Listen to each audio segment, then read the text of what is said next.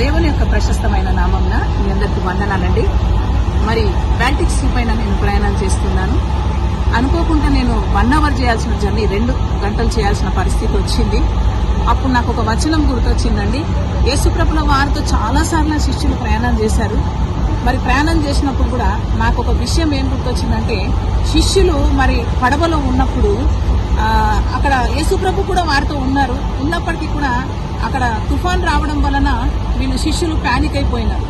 కానీ నేనైతే ప్యానిక్ కాలేదు. ఎందుకంటే యేసుప్రభు నాతో ఉన్నాడన్న ధైర్యంతో నేను ఈ ప్రయాణం సాగిస్తున్నాను.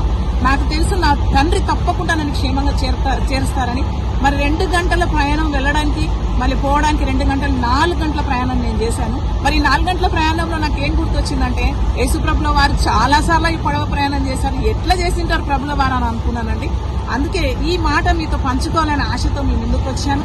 మరి తుఫాను పడవ మీదకి రేగినప్పటికీ కూడా వాళ్ళు భయపడి యేసుప్రభుని లేపినప్పుడు యేసుప్రభు అంటున్నారు, మీ చింత నాపైన వేయండి, ఎందుకు చింతిస్తున్నారు, అవిశ్వాసంతో ఎందుకున్నారు, విశ్వాసం కలిగి ఉండండి అని.